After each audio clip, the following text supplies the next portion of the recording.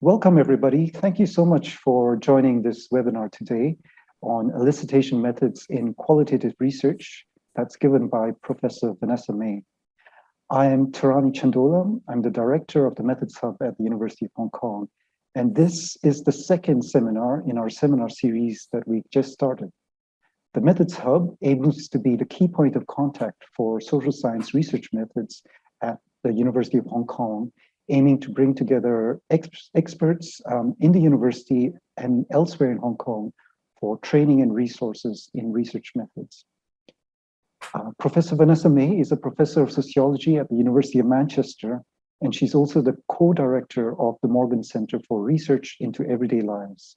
She was previously the editor-in-chief of the journal Sociology, and that's the flagship journal of the British Sociological Association. And she has written extensively about the self, belonging, temporality, aging, family relationships, and qualitative methods using a range of mixed methods, qualitative interviewing, narrative analysis, and biographical methods. Today, she'll be talking to us about elicitation methods in qualitative research interviews with a particular focus on photo elicitation and object elicitation, exploring why qualitative researchers might choose to use elicitation methods and what the aims of such methods are. She'll be speaking for about 45 minutes, and she'll take questions after her talk. Please type your questions into the Q&A box in Zoom, and I will read them out to her afterwards. Thank you so much for doing this seminar, Vanessa, and please start whenever you're ready. Okay, thank you, Tarani. Let me just share my screen, I'll share my slides first before I forget. And there we go. So thank you, Tarani. And I have to say that when Tarani said that I was the editor-in-chief of Sociology, you forgot to mention that we were co-editors-in-chief of that journal for a while. And I look back fondly on those years that we edited the journal. So thank you, Tarani, for the invitation. And this is a lovely opportunity for me to hopefully then in the Q&A session have some kind of dialogue with the audience and get some impressions from the audience as well as to how you think about elicitation methods, and maybe also if people have used them, what they've been particularly good for, aspects that I've not maybe covered in this talk. So I've been asked to do a fairly general overview of elicitation methods. And also I was saying earlier to Tarani, because it was Tarani inviting me to do this talk, I've kept most of my examples. So most of my examples come from health research. And luckily, Tarani and Mary did say that a lot of the audience members come from various health research disciplines. So hopefully this will feel relevant to the audience as well. So in terms of what I'll cover today, I'll first do a sort of a general introduction of what are elicitation methods and why might we use them. And then I'll give a more detailed account of two types of elicitation methods. And these are, well, at least the first one, photo elicitation, is the most commonly used elicitation methods of all the elicitation methods. And then the second one I'll talk about is object elicitation. And then I'll end with some sort of practical tips, and also I'll be talking a bit about the ethical issues in using these methods. So first, just a sort of a general, talking a bit generally about elicitation methods, what they are and why we might do them. And then, so these are sort of aspects, characteristics of elicitation methods that sort of cut across or tend to cut across the different elicitation methods. So first of all, elicitation methods fall under the sort of the general heading of qualitative interviews. So we'll use elicitation methods most commonly within a qualitative interview context.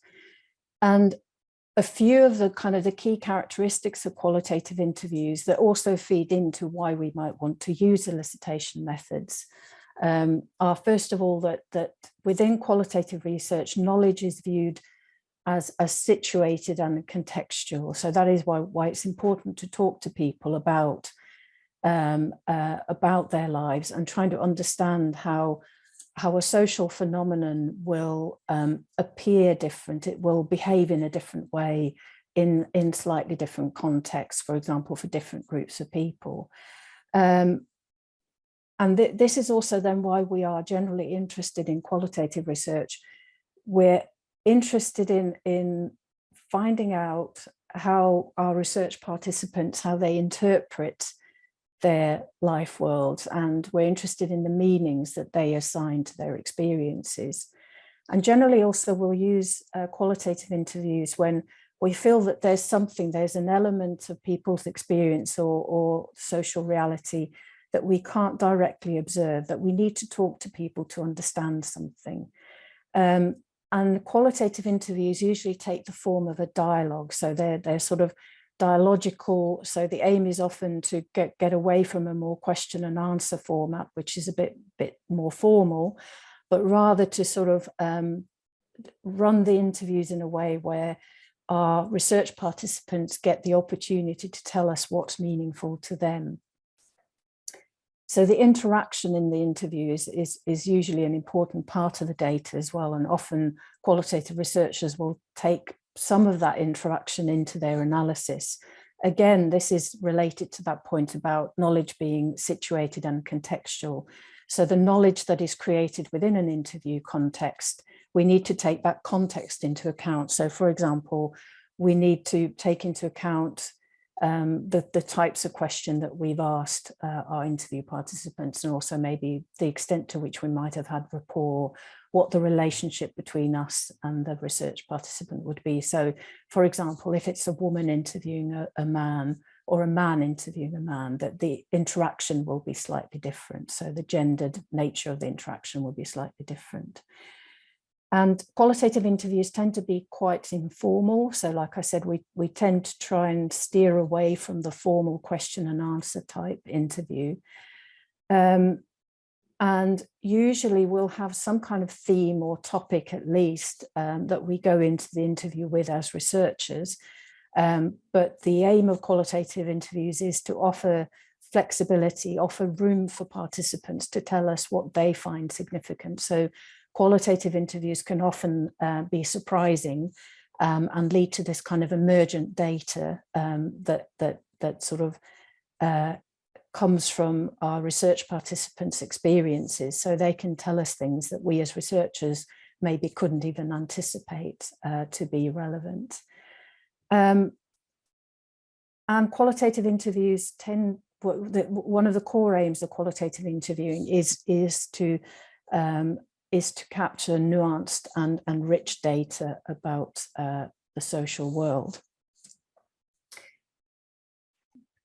So elicitation methods then, they are a particular type of qualitative interview where we use an elicitation tool. And that elicitation tool can be a range of things. It can be a photograph, it can be an object, as we'll discuss today. It can be, we can ask people to draw things, for example, to draw a relational map. People have used video clips, music, and so on, clothing, memorabilia. So elicitation tools can be a whole range of things. So we use these elicitation tools in the interview as a way of drawing out narratives, as a way of getting people to talk about their experiences in ways that they wouldn't necessarily in a standard interview. So the clue is sort of in the name. So the elicitation tool is used as a way of eliciting talk. And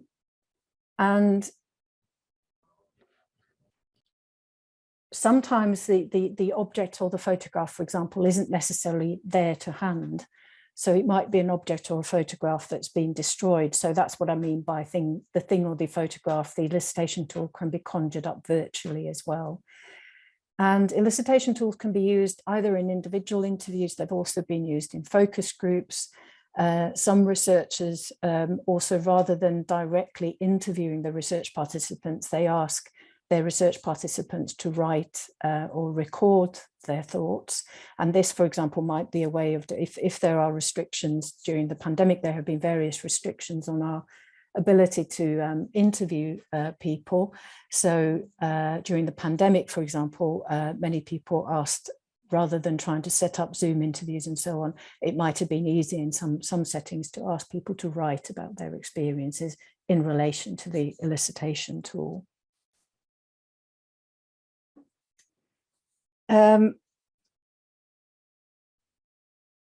The interview situation.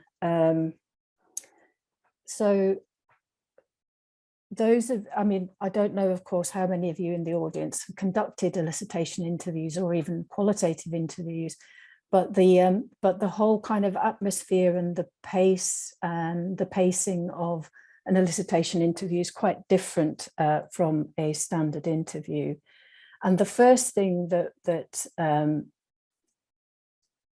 first thing that one will notice about conducting an elicitation interview is how much in control the participant is in terms of the pacing, or that is the aim, is to sort of hand over some of that control of the interview situation to the research participant. So they get a more active role in setting the research agenda, or setting the agenda for that interview.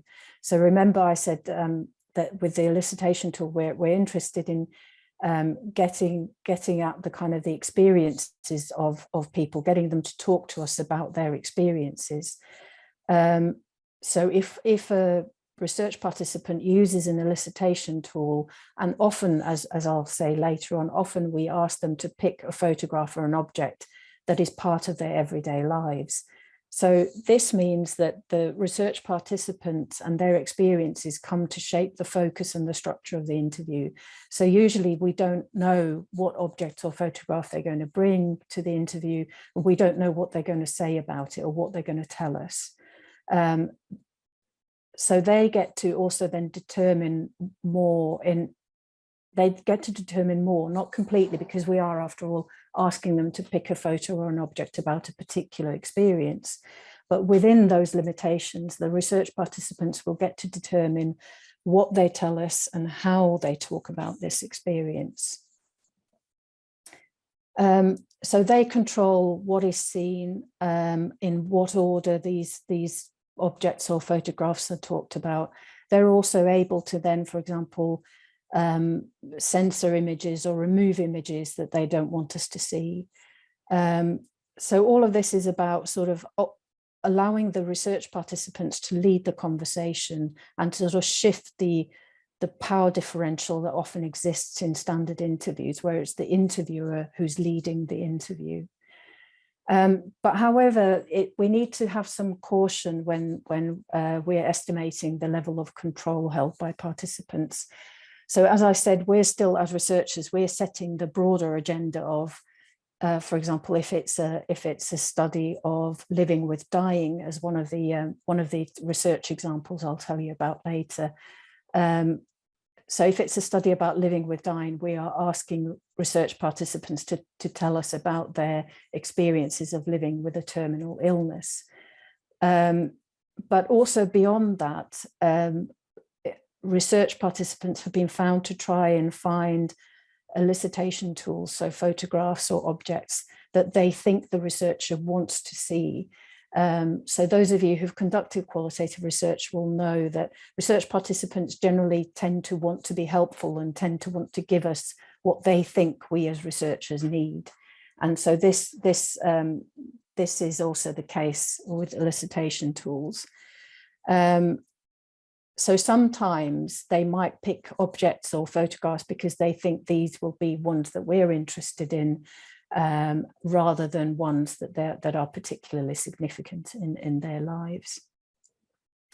And then the interview situation is less formal than even a standard interview. So if you remember, I said that the aim of qualitative interviewing often is to try and break the formality of the question and answer interview format.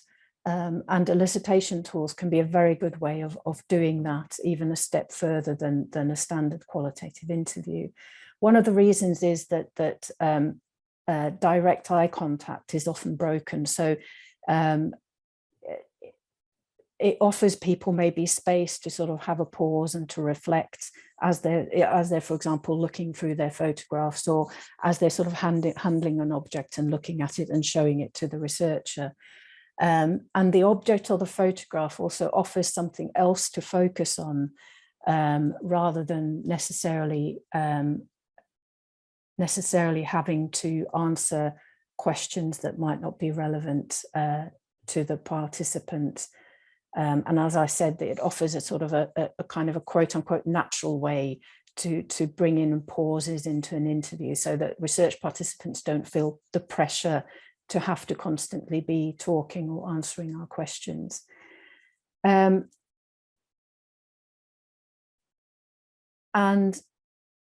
the interview situation is still, we have to remember, the interview situation is still quite strange for a lot of research participants. So having an elicitation tool as part of it can also be a way of breaking the strangeness of this interview. So for example, if we have, well, in the old days when people had photographs in albums, we would go and ask people to sort of show us their photo albums, for example. And looking through a photo album together with someone is a very familiar practice. That's something that people regularly often will have done with other people as well. So that kind of breaks the strangeness of the research interview a bit as well. And using an elicitation tool also then kind of, it's an activity to be done together with the research participant. So during the interview, the research participant will, for example, might be choosing which photographs to show, might be also then kind of holding the photograph or the object, pointing to things in it, comparing different photographs or objects, passing these to the researcher to have a look at as well. And also part of the kind of the show and tell is that research participants will sometimes talk about, for example, the process of taking the photograph or the process of choosing which objects to show the researcher. So it's that process of reflection becomes part of the interview as well. And I'll come back to that point about these elicitation interviews offering kind of space for reflection for research participants. And usually research participants say that they enjoy these elicitation interviews. So they might, the literature has lots of examples of research participants having told the researcher that, oh, this was really enjoyable. They felt it was cathartic. Some research participants even say that, oh, it's therapeutic in some way because they have gained new, fresh insight into their lives that is somehow helpful for them. But it's also important to note that not everyone enjoys elicitation exercises.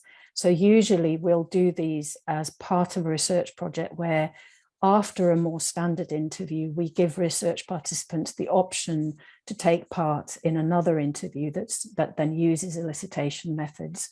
Or another thing is that elicitation methods can be just one part of a longer interview. And sometimes research participants say, no, I don't fancy that. That doesn't really sound like something I'd be interested in. So some might find it slightly confusing, like why do you want to go through my photographs, or why do you want to see an object that I use in my everyday life? For example, a colleague of mine has looked at mundane objects in the house, for example, kitchen utensils. So people will be like, why do you want to see a worn out wooden spoon in my kitchen? And why do you want me to talk about it?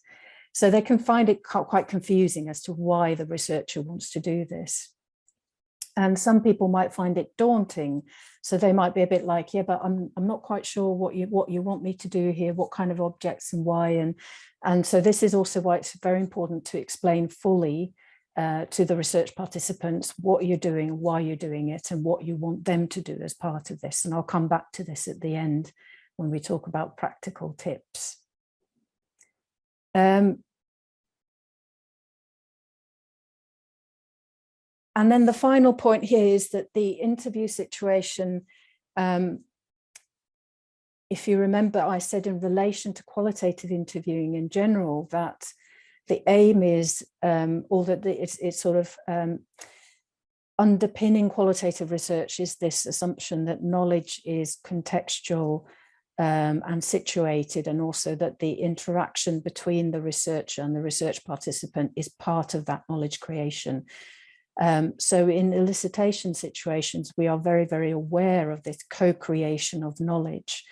So we see the research participant as the teacher or the guide. They are the ones telling us what the significance of particular photographs or objects is.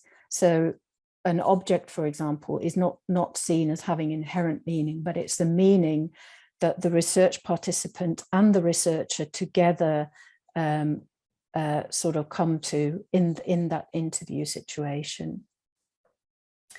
So using elicitation tools means that research participants have to take time to describe and explain the photograph or the object, for example, who the people in the photograph are, why this is a meaningful photograph, and then they'll also then go into explaining the various relationships they have with the people in that photograph and so on. And this is a good way of then sort of reducing, because sometimes as researchers we will have preset assumptions about what's significant, what are the questions to be asking, what should we be focusing on.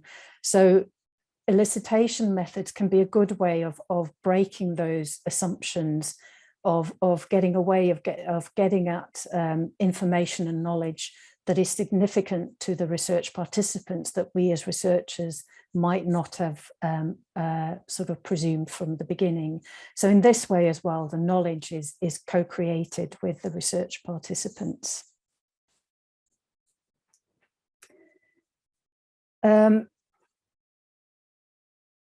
So elicitation tools can be used to empower our research participants, as I've already said. This is one way of giving participants the opportunity to influence the research process and the research agenda.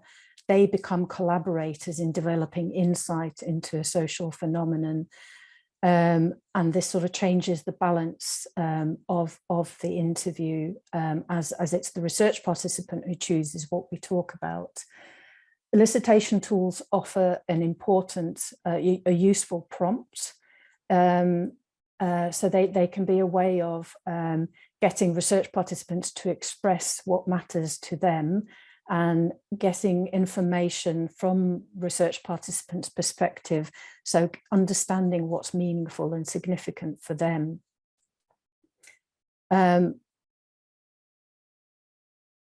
Elicitation tools, as the name on the tin says, elicit talk, so they can help people talk.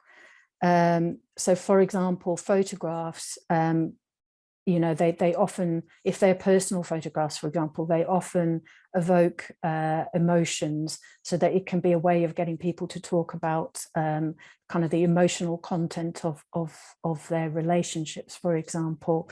And elicitation tools are a good way of researching sensitive topics, also because they can offer a way for research participants to create reflexive distance from the topic.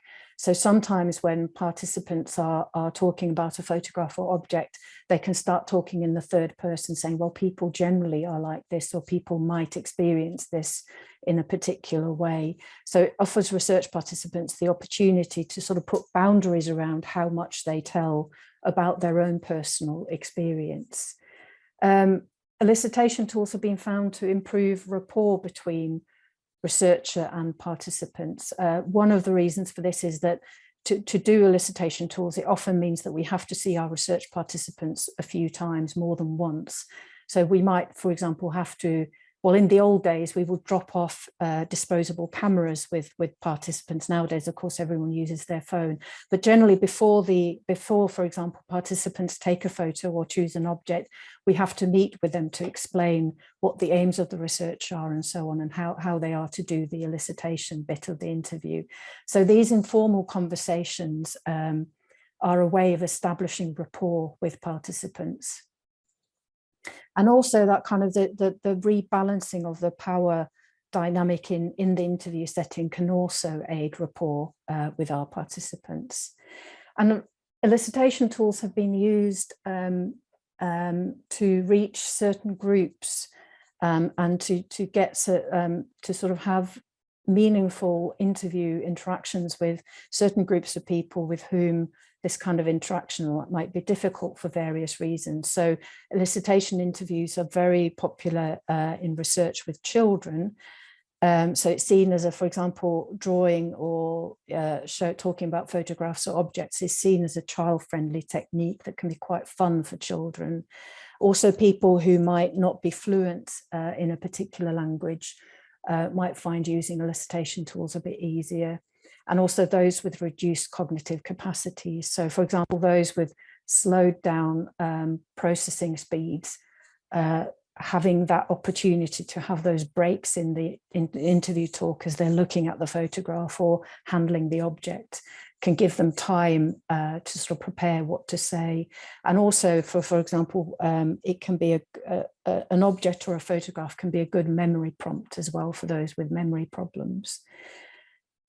And these, the kind of the products, the photographs or the objects can also be a good way of engaging audiences. So when disseminating research findings, audiences often find these photographs and so on very fascinating things to see and talk about. And sometimes the audiences engage in some analysis as well during conference sessions and so on.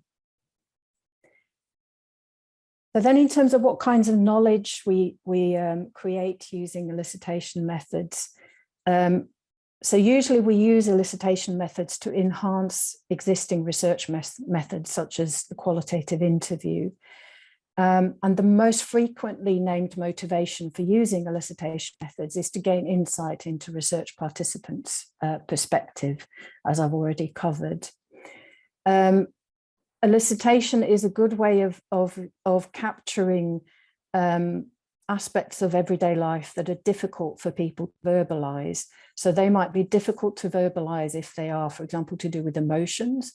And as I've noted, for example, photographs can be a good way of sort of evoking, getting people to talk about those emotions. It could be that these are things that they don't normally verbalize. For example, if we're asking them to talk about very mundane everyday practices, people often don't, because they are so mundane, these practices, they often don't think about them very consciously. So having an object or a photograph as a prompt can be a way of eliciting talk about this often seen but unnoticed aspect of everyday life. And elicitation tools are often used to evoke memories as well, or they are good at evoking memories. So a photograph, for example, can transport a person back in time to a particular time period or a situation, and an object, for example, gifted by a deceased relative might do the same. And often these elicitation tools will stimulate thoughts about experiences and memories that are not necessarily contained in the image or in the object itself. So people will then usually start talking more widely about their life during that particular time period, for example, if we're interested in people's sort of past experiences. And elicitation methods are also a good way of studying the kind of the embodied and sensory dimensions of everyday life. So for example, a colleague of mine, Sophie Woodward, has used sort of clothing elicitation. And one of her areas of interest is the kind of the sensory experiences of wearing clothes. Just keeping an eye on the time. So now I'll say a bit more about each of the two types of elicitation, photo elicitation and object elicitation. So starting with photo elicitation, the origins of photo elicitation are in visual anthropology, and this elicitation methods has since spread to be used very widely, at least in sociology and also other social sciences, and the health sciences also have used photo elicitation a lot. So the aim is here to use photographs as a stimulus to elicit talk about a research topic. So the photograph is often seen as a support during the research interview. And the aim of using a photograph is to elicit richer accounts of a particular topic or the phenomenon that we're studying. And for example, that richness can come through if people then, by engaging with a photograph, if people, for example, remember more about a past time, or if while looking at a photograph, they remember particular sensory or embodied experiences, for example, how a particular place smelled or looked or sounded. And nowadays, when I started out, photo elicitation was still a bit of a faff. Like I said, you had to take disposable cameras to people and then go and collect the cameras and have the photographs printed. Now, of course, with digital technology, a lot of people, most people have, in the UK at least, have a mobile phone. So, and also with the advent of social media, taking photographs and posting them has become a kind of a part of everyday life, particularly for younger generations. And some have said that, like, photographs are now a favored mode of expression for younger people, and it has an important place in their lives. So this is something that people have now become quite familiar with. One thing to think about when doing photo elicitation is whether you want to use researcher-produced photographs. That is, whether you as a researcher want to pick photographs to show to research participants and get them to engage with those photographs. For example, there's research on kind of historical events and how those influence people's lives today.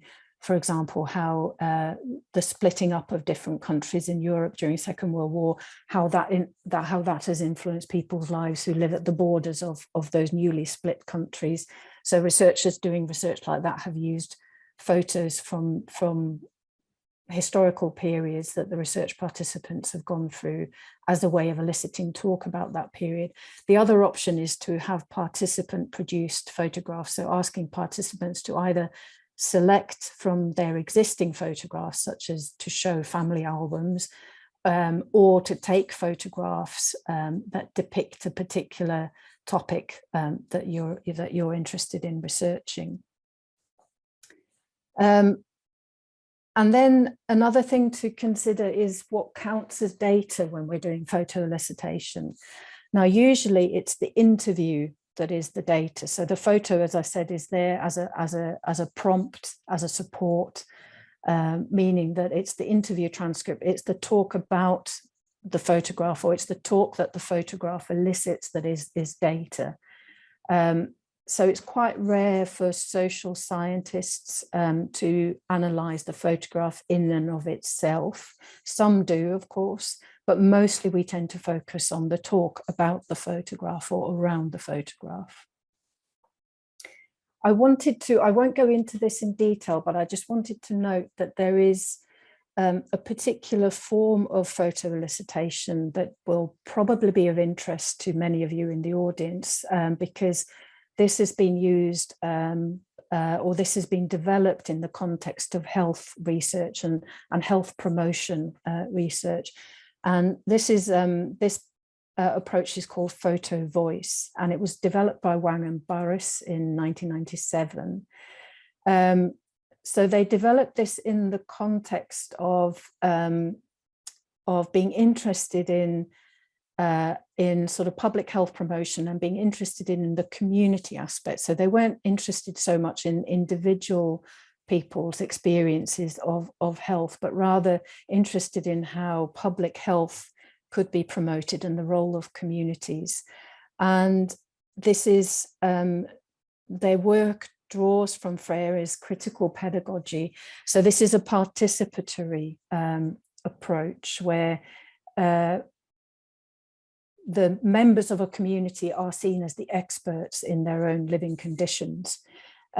So in terms of, for example, doing a needs assessment of how health promotion could be done in a community, it's the community members who are asked to describe what health needs there might be in the community, and they do this through photographs. So community members will be asked to take photographs, for example, of what are the sort of aspects of your neighborhood, for example, that promote or hinder health. And then in groups, they will have a discussion. And it's this group discussion that is of interest in Photo Voice. In this group discussion, the community members are then invited to decide what are the common themes and also what are the common solutions for any problems they find within their community. So the aim of Photo Voice is really to give community members the tools to become their own catalysts for social change in their own neighborhood. So the aim here is to activate people in communities to change their environments for the better. So the aim is to stimulate social action and to allow community members the tools that will enable them to become advocates for their own community. And the final aim is then to use these community perspectives to influence policy, in this case, health policy. So now back to photo elicitation in general. So overall, photo elicitation is seen to sort of promote people's sort of kind of in-depth involvement and participation in the research. And it does so because it evokes a different kind of information during the interview. So as I've already mentioned, using photographs, it can evoke people's emotions, their memories. It can evoke sort of ideas that they have about their everyday lives that we as researchers might not have anticipated. And photographs are often a good way of getting information about things that sort of remain invisible or hidden or submerged. So things that we as researchers would normally maybe have trouble even seeing. And I've already mentioned this, an important dimension of elicitation research, that it affords the creation of reflective data. So already at the stage when people are sort of planning what photographs to take or which photographs to choose, or at that point, we are asking them to sort of reflect on their lives. And then they reflect on their lives further as they go through those photographs with us, the researchers. So this can also then offer research participants a sort of a new consciousness about their own situation, offering them ways to see their own daily lives through fresh eyes. And photographs can allow us researchers access to situations or settings that we normally don't have access to. So we can sort of come to see what's hidden and private, but the important thing here is that we come to see it in a controlled way. So the research participant has control over which aspects of their lives we come to see. So one example of this is a study of schools. I think it was in New Zealand or Australia, this study. And the researcher had asked pupils to photograph spaces that were somehow meaningful for them in school. And one of the spaces that was photographed was changing rooms. And of course, we as researchers wouldn't have access to children's changing rooms. But by sort of photographing these changing rooms, this then sort of evoked talk about the significance of changing rooms, for example, as spaces where pupils might feel self-conscious about their bodies, or spaces where they might experience bullying and so on. So these dimensions of the school experience might not have become visible to the researcher had they not used photographs. And as I've already mentioned, using photos allows for emergent knowledge to come forward. So this is knowledge that is from the perspective of the participant. We tend to get very rich data And partly this richness of the data derives from the fact that the photographs bring into view and bring into discussion dimensions of experience that are often not spoken about in a standard interview. So, for example, the kind of the mundane dimensions of life, or certain memories, or the details of certain places and people and relationships that maybe participants might have difficulties in recalling in a standard interview, but the photograph acts as a prompt and as an aid memoir in the interview to actually start talking in more depth about different dimensions of that experience as well.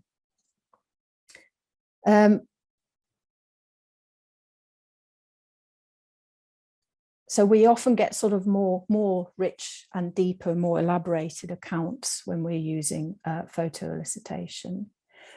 And I've got example studies here. I won't go through them in depth because I want to make sure that I finish on time. But as you can see, photo elicitation has been used in various research to do with experiences of depression, mental health, and so on. And the kind of what unites these pieces of research is the kind of the wish to get at sort of exploring areas of this experience of mental health problems from the perspective of the participants. And then I'll spend just a few minutes, I'm going to go slightly over the 45 minutes, I think, I'll spend a few minutes talking about object elicitation. Now, not as much has been done around object elicitation as around photo elicitation, so this section will be a bit shorter. So the object elicitation method is inspired by the photo elicitation method, and it builds on the insight developed within an area of research that's called sort of material culture. And this insight is that objects, material things, have significance in people's lives. So things are not just things; they play an important role in people's lives. For example, in shaping our sense of who we are. Objects also have capacities to do things. So objects can, for example, encourage us towards some uses or some actions more than others. And object elicitation means that we're using objects as a way of eliciting talk about a specific topic. And usually object elicitation is used in such a way that we ask research participants to select objects that are part of their everyday lives and that carry meaning to them that is relevant to the phenomenon that we're studying. So we can ask participants either to pick a so-called epiphanal object, which means an object that is highly meaningful and it's pivotal. So, for example, wedding gifts or heirlooms, or we can ask them to pick mundane objects such as kitchen utensils. So they pick which objects are significant to them in relation to the topic. And they also reflect on this before the interview and during the interview, similarly to the photo elicitation interviews. Now, object interviews feel more strange than photo elicitation interviews.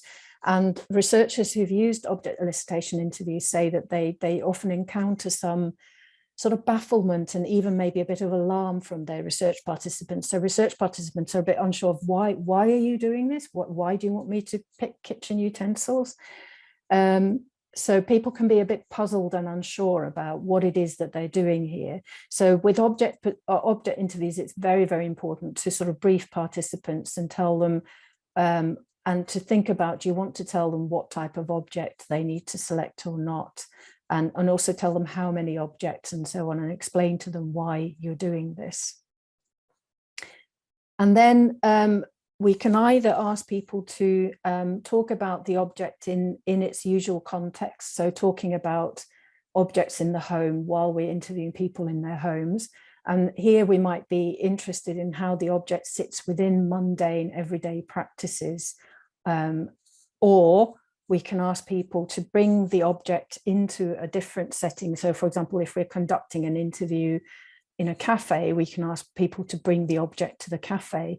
And sometimes by seeing this object in a new environment, this can then jolt research participants into new understandings about the object and the phenomenon that the object is meant to elicit talk about.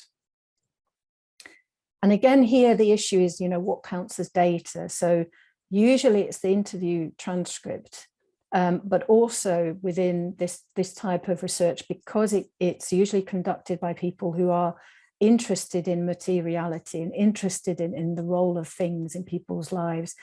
Often researchers using this method will also be analysing the object and its materiality, or analysing the subject-object relationship. So looking at, for example, how research participants handle an object during the interview. And we're interested in, as I said, the role that material objects play in people's lives. And usually the focus is on unremarkable objects. And these are often overlooked things in our lives, and yet they play a crucial role in our lives. So it's trying to get at what is that role that they play. Objects are also attached to our sense of identity and also agency. So in research with people with dementia, for example, it has been noted that having access to functional objects is a form of citizenship. So removing certain objects such as the use of a stove or the use of an iron can be felt very keenly by people with dementia as a sort of restricting of their agency. And objects help facilitate recall, so they can be receptacles or anchors for memories and stories. And just like photographs, objects can then elicit richer narratives than we would get in standard interviews. And in terms of what kinds of knowledge, we usually get detail about lived experience through object elicitation. We get people to sort of describe the quality and the texture of their everyday life world in a material sense as well. And object interviews can help uncover new and unexpected areas of experience. So the seen but unnoticed things that people usually don't notice, but that come to view differently when they're actually talking about an object. So these are often things that they don't usually articulate. So this can offer people, the people who take part in research, but also researchers, fresh insight into a particular phenomenon or experience.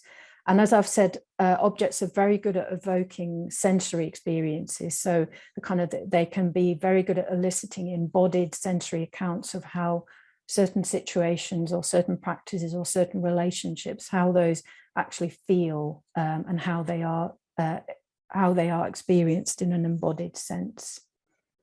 And again, there's two example studies that have used object interviews, and both of those are sort of trying to get at the sort of the aspects of an experience that usually is overlooked.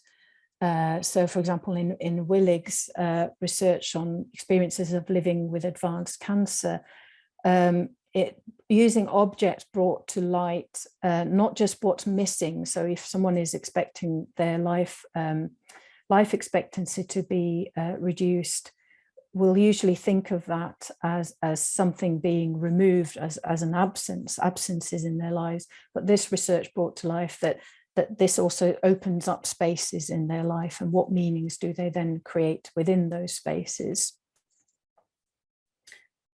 And then briefly on ethical issues, as with any kind of research, informed consent is important. And as I've already pointed out, this includes then explaining in detail, what we're doing with an elicitation interview, how we're going to do it, and why. So they need to understand why we're doing this. These can be emotionally very powerful, and this can sometimes take the research participants by surprise. So it's worth giving them some advance warning as well, that the photograph or the object might suddenly evoke a very powerful emotion, and then to sort of think in advance about how you're going to handle this situation. So emotions in themselves, even sad emotions, are not bad in and of themselves, but it's just good to be aware that you need to have a way of handling that situation in the interview. So I would suggest doing a practice interview where you are the interviewee, where you are the one talking about a photograph or an object, just to get a sense of how quickly and how unexpectedly we can move into emotional terrain using this kind of method. And then particularly with visual data, there are lots of issues to consider, and there's an extensive literature on the ethics of using visual data. And one of the issues there, of course, is anonymity.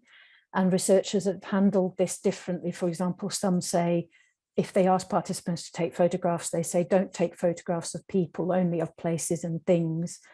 You need to, if you're going to use those photographs in your research in any other way, you need to get permission from the research participants. So usually we ask for separate permission for analysis, and then separate permission, maybe photo by photo, to use those photographs in dissemination.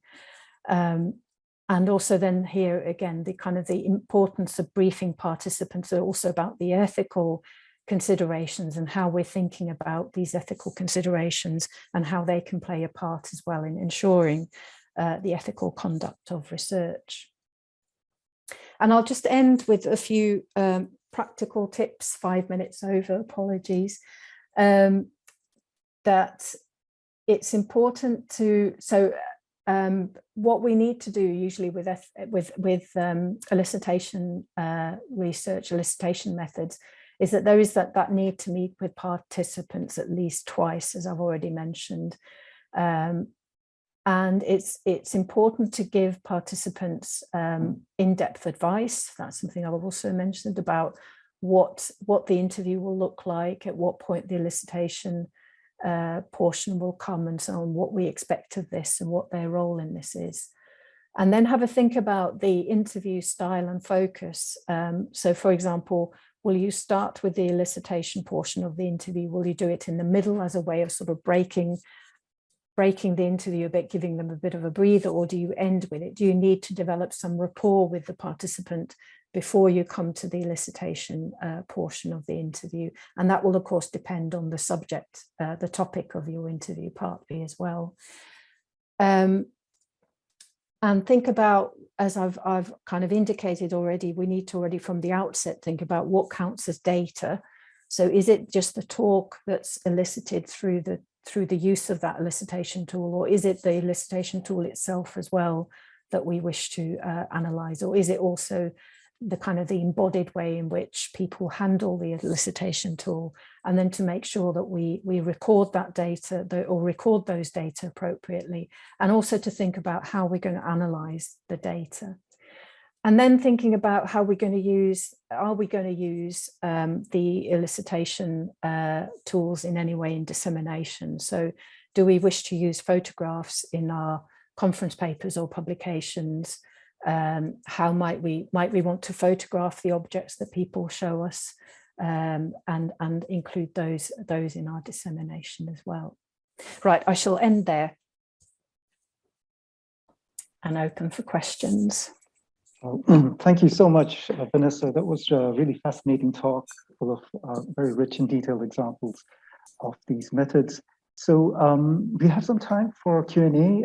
Please type in your questions into the Q&A box in Zoom. I'll read them out as I go along. So right at the start, there's a question about time limits in interviews. So how do you best balance elicitation in an interview protocol, in a semi-structured interview, but then just let the interviews share the stories that they're very eager to tell? How do you find that balance? Yeah, I mean, to be honest, yeah, because sometimes this is a thing that you can't rush. So if you have a very strict time limit, you might want to consider whether an elicitation method is something that you should use. I mean, I'd always say do pilot interviews and sort of have a think about, you might, for example, use it in the beginning of the interview just as a way of warming up the participants and getting them talking about the topic, or you might say, right, we've got 5 minutes here at the end, and do it. But then you'd have to think about, is the elicitation, because the aim of the elicitation method is to sort of access rich, nuanced accounts, and those take time to tell. So I would sort of have a think about, should you be using the elicitation method if there is a very strict time limit. Also, what we usually do is we usually use elicitation methods in research where we interview participants more than once. So that is actually the way that we, because they can often be lengthy interviews, we usually do 2 interviews. So we usually do one standard interview where we get to know the participant and get to know what they think about the topic, and then do a second elicitation interview. And that sort of gives us more depth into it. So that's another way of maybe doing it. Okay, thank you. Before I come on to the second question, maybe if you stop sharing your screen, Vanessa. So Yeah, yeah. I just wanted people to also see that. Stop share. There we go. Okay, great. So the second question is, to what extent are these methods different from existing qualitative data methods such as photo voice, projective techniques used in focus groups interviews? Well, like I explained, photo voice is one form of photo elicitation. And I think, because the two, I don't know what projective techniques are, but I would assume though, well, photo voice is an elicitation method, and I maybe for projective technique might also be an elicitation method. Sure. Okay. Another question from the same person is, are there any concerns about university ethics reviews committees for using elicitation methods? Have you come across any problems in getting this through ethics? I think that one of the most important concern that ethics committees will have is around anonymity. So they will want to make sure that if people are being photographed, that the research participants understand how those photographs will be used. So sometimes we don't use those photographs in publications, especially if they've got people in them. Yeah. But yeah, so ethics committees will be very interested in issues around anonymity. And also, so if the people have photographed themselves, we need to get clearance to use that photograph. If they photographed other people, that's where you might hit problems, because you would then need to get consent of those other people who are identifiable in those photographs to use them, usually to use them in dissemination. But so ethics committees would want to go through the protocols very carefully as to so sometimes anonymity isn't, sometimes we do use photographs of people in our research with their consent. And that's perfectly fine if you've explained it to research participants. So full anonymity isn't always what researchers aim for, even depending on the topic as well. Another question about the differences between photo elicitation and photo voice. I think you've explained that there, photo voice is one of a technique. Yeah. I think the main differences are that photo voice is done at the group level. So the interest is in how the group comes to a decision about what are the core themes, what are the core issues in that community, and what the solutions might be. Whereas photo elicitation tends, not always, but photo elicitation is often used with individuals. So the interest in photo elicitation is sort of the individual perspective and the individual experience.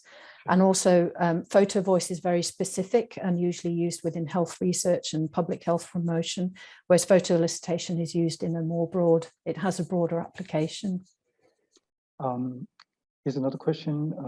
Can you give some examples of useful facilitating questions to ask in photo or object elicitation? Yes, I can. Yes, I can. I've noted them because my memory is not as good as it used to be. So here we go, prompt.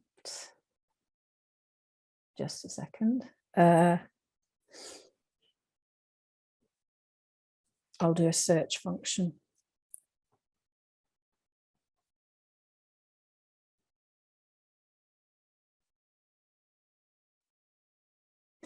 Yeah, so here we go. So again, and this is something that you, and this is related to those practical tips at the end about interview style. So to what extent do you want to at all guide the interview, or do you want to let the participant talk? And sometimes, of course, we have participants who need prompting more than others. So others are very happy to talk, and some need a bit of more prompting. So usually it's good to have thought out what kinds of prompts you might want to use in your particular research. So for example, you could ask them to explain why you chose this particular photograph or this particular object. Then ask them to sort of say, how do you think this photo or object captures the topic that we're talking about? Ask them sort of, why do you think that this photo or this object is important in talking about the topic? Also sort of, is there anything else you might want to discuss about your experience, which isn't sort of depicted here, but might have sort of come to mind as they were looking at the photo or the object? And there's a sort of one tip from Willig, who did that research on living with dying. She sort of gave a tip that remember that also that the aim of the elicitation tool is to elicit talk about the phenomenon. So to not just stick to talking about the object itself or the elicitation tool itself. And she gives the example of an interviewer interviewing a woman who was living with terminal cancer, and the woman had brought in a piece of music as illustrating that this was a sort of a unfinished business in her life, that she hadn't fulfilled her potential as a musician. And the interviewer kept going back to the piece of music, like, why this piece of music, and what does this piece of music tell you about, what does this tell us about your, whereas the woman was trying to say something a bit broader in the interview, saying, I wanted to become a musician and I didn't, and now I won't be able to. So how do I deal with this unfinished business? It wasn't so much that particular piece of music. So remembering what we're trying to do when we're doing elicitation. Really fascinating. There's a question about typical data analysis methods for photo voice, but I guess it's not just about photo voice, but yeah.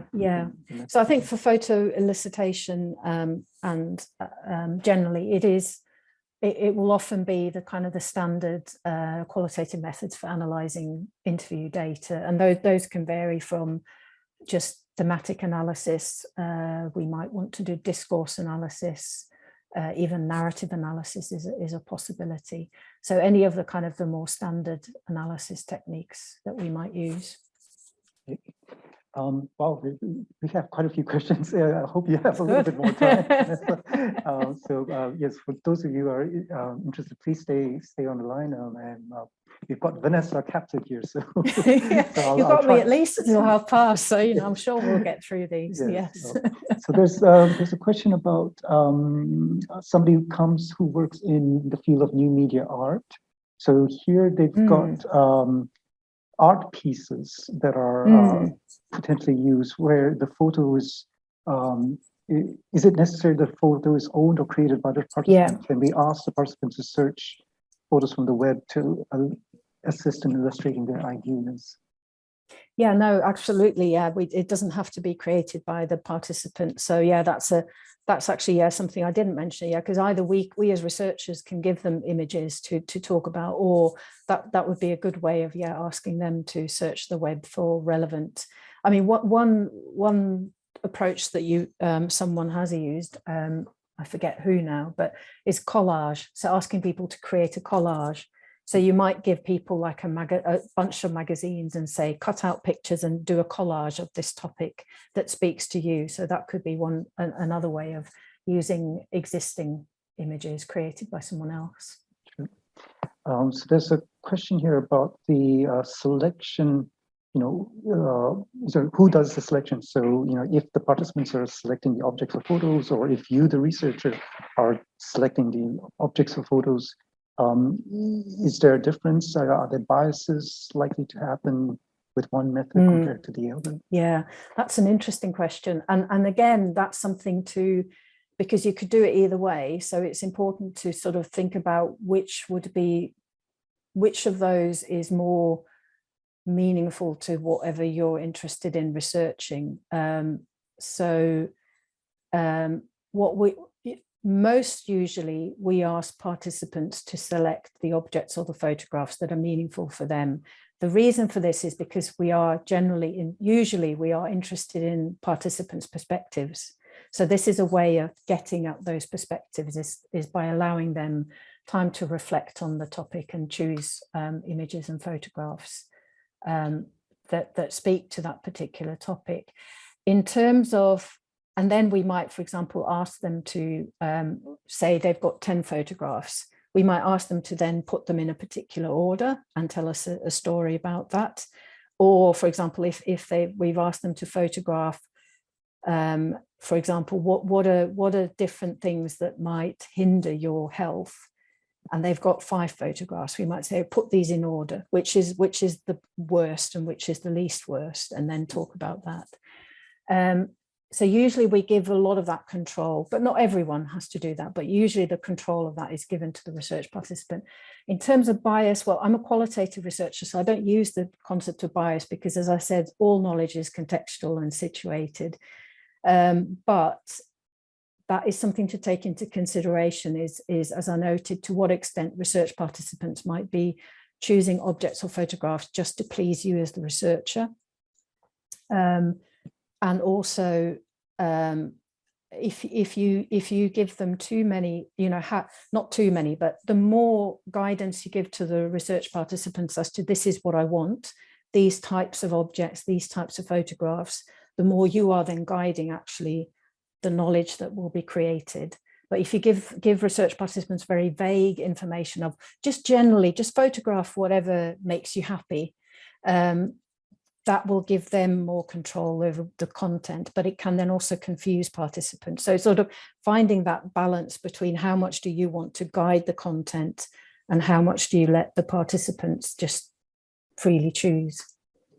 I'm failing to read out all the many messages thanking you and for the inspiring talk and wonderful talk. So, please note that there's lots of gratitude expressed by the participants. So an additional question here about, you shared that the interview process can be emotionally powerful, may have even therapeutic effects. How do you handle those situations where generating these powerful emotions? And again, there's no right or wrong here. And it depends also on the personality of the researcher. But I think, because regardless of type of interview I've conducted, I have had research participants who've cried, for example. So crying is the usual thing. And because I think that crying in and of itself isn't bad. It's a natural reaction to a painful memory, for example, or loss. And in fact, the research participants who have started crying, because the usual thing we do there is we say to them, well, before the interview even starts, we will say to them, you're in control. You don't have to talk about something that is too painful or that you don't want to talk about. The thing is, participants often do want to talk about sometimes the painful things that have happened to them. So if they do start crying, I will usually then sort of say, do you want us to have a bit of a break? For me personally, I kind of think it's reacting in a way that doesn't go, oh my God, you're crying. This is the worst thing that could happen. Oh God. But just to be, okay, you're crying.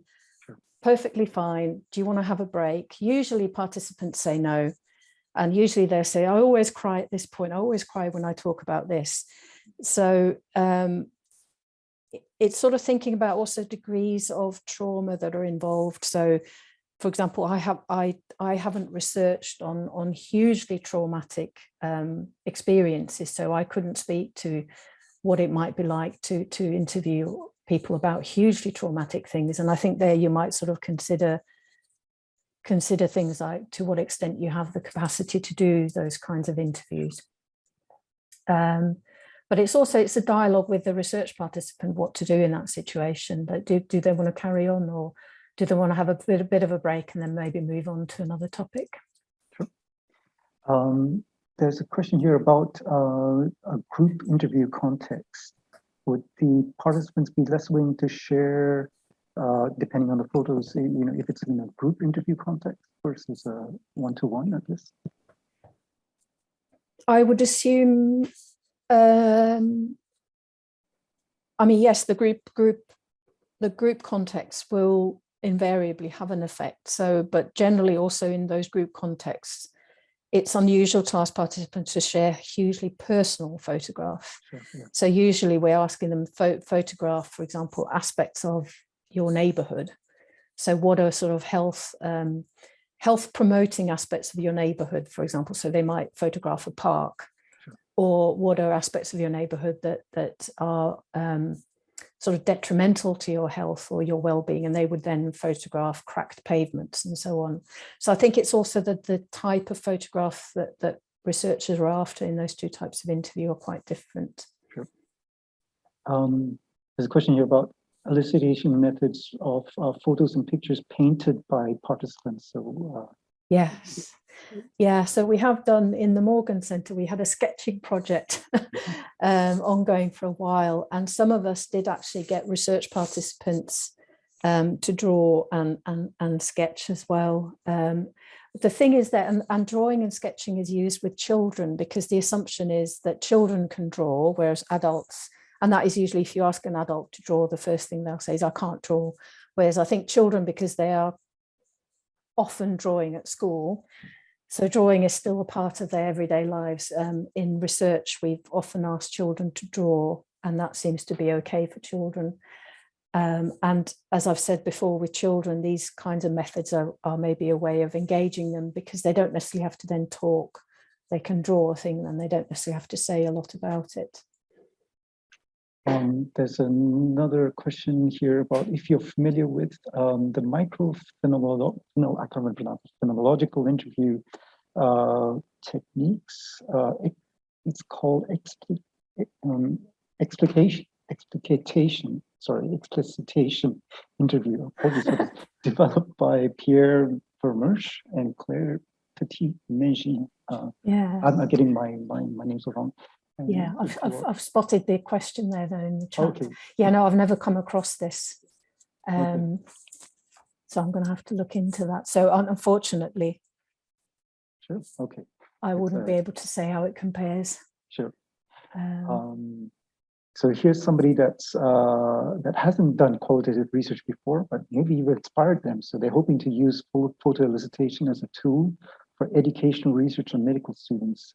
Are there any resources or guidelines that they can use to implement these methods?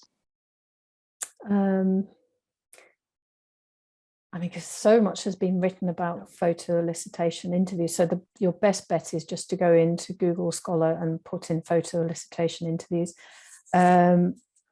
There's a journal called Qualitative Researching or Qualitative Research. It's a journal published by Sage. I would maybe go into that journal and do a search within that about photo elicitation interviews. I think any journal article that discusses photo elicitation interviews will be a good start. But I had if I share my screen once more, I had at the end,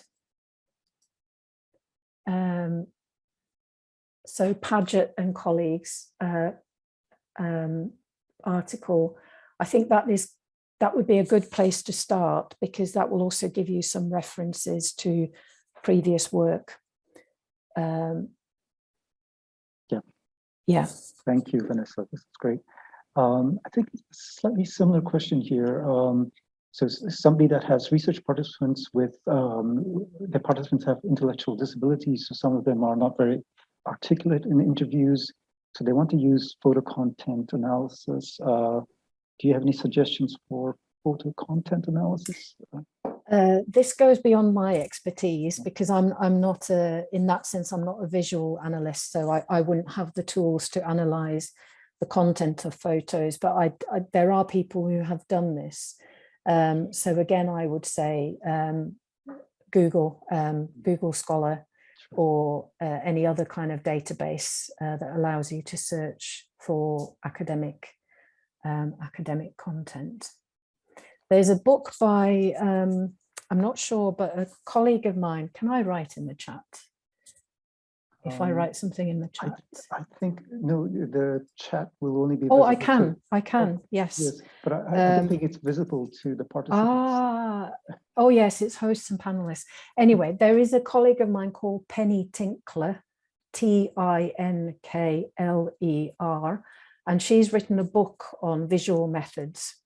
And I'm pretty sure that somewhere in her book, there will be a section discussing analyzing the actual visual content of the visual data. So that might be a good place to start. Yep. Thank you. Here's a question: if you can share any examples of analysis of dialogues between researcher and participant. Yeah. So, well, if you go into most of the empirical research papers that have been published using photo elicitation or object elicitation will have examples of that, because that is usually part of the data is them talking about the photograph and the dialogue between them. So I would say just pick most of the published work will have something on this. And again, I think possibly the two examples I had at the end, those might be particularly good. Somebody that's suggesting that I imagine that conversations about how participants came to choose their photo objects would also yield meaningful insights. Yeah. So is that part of the? I guess that's part of the method. Is that right? Yeah, yeah. So I think I mentioned it that part the interview it offers elicitation methods offer participants space to reflect. And part of that reflection is we might ask them, why did you choose this object? Or they might tell us. Sometimes they can also tell us, for example, if it's a photograph they've taken, they will tell us the process of taking the photograph. They'll describe the situation, why they chose to take that photograph, how they took it, and so on. So that it's not just the product, it's the process that's part of the interview talk. Yeah, definitely. I want to ask a question myself. Yeah, so go on. you mentioned right at the start about how photos or objects can be virtual or lost objects. Yeah. And as somebody, as a migrant, many times over, I've lost many things. I hardly have any photographs left. How does that work? When you try to reconstruct objects or photographs. Then you're kind of relying on people's memory. But the thing is that if it's an object or a photograph that you remember, there's something significant about it. So in a way, it doesn't quite matter what exactly the photograph would have looked like, but it's the significance of it and the talk that elicits. So yeah, as a migrant myself, yeah, I know that there are things lost in, the time just seem to have evaporated, some things, but they are still meaningful, and they are objects or photographs that I remember, and that I probably will remember for the rest of my life, and they are meaningful for some reason, and it's that reason that we as researchers would mostly be interested in, I think. Well, thank you so much, Vanessa, for this really wonderful talk. As you can see, there's lots and lots of interest here. I think you found you managed to inspire quite a few people from your talk today. So big thank you once again for doing this talk. Just to let people know that our next Methods Hub seminar will be on the 13th of May. So do come along. The topic's a bit different. It's on machine learning methods to reduce bias and regression analysis. It's given by Professor Zheng Han from the Hong Kong University of Science and Technology. But once again, thank you everyone for joining in today, and thank you very much, Professor Vanessa May, for your wonderful talk. Thank you.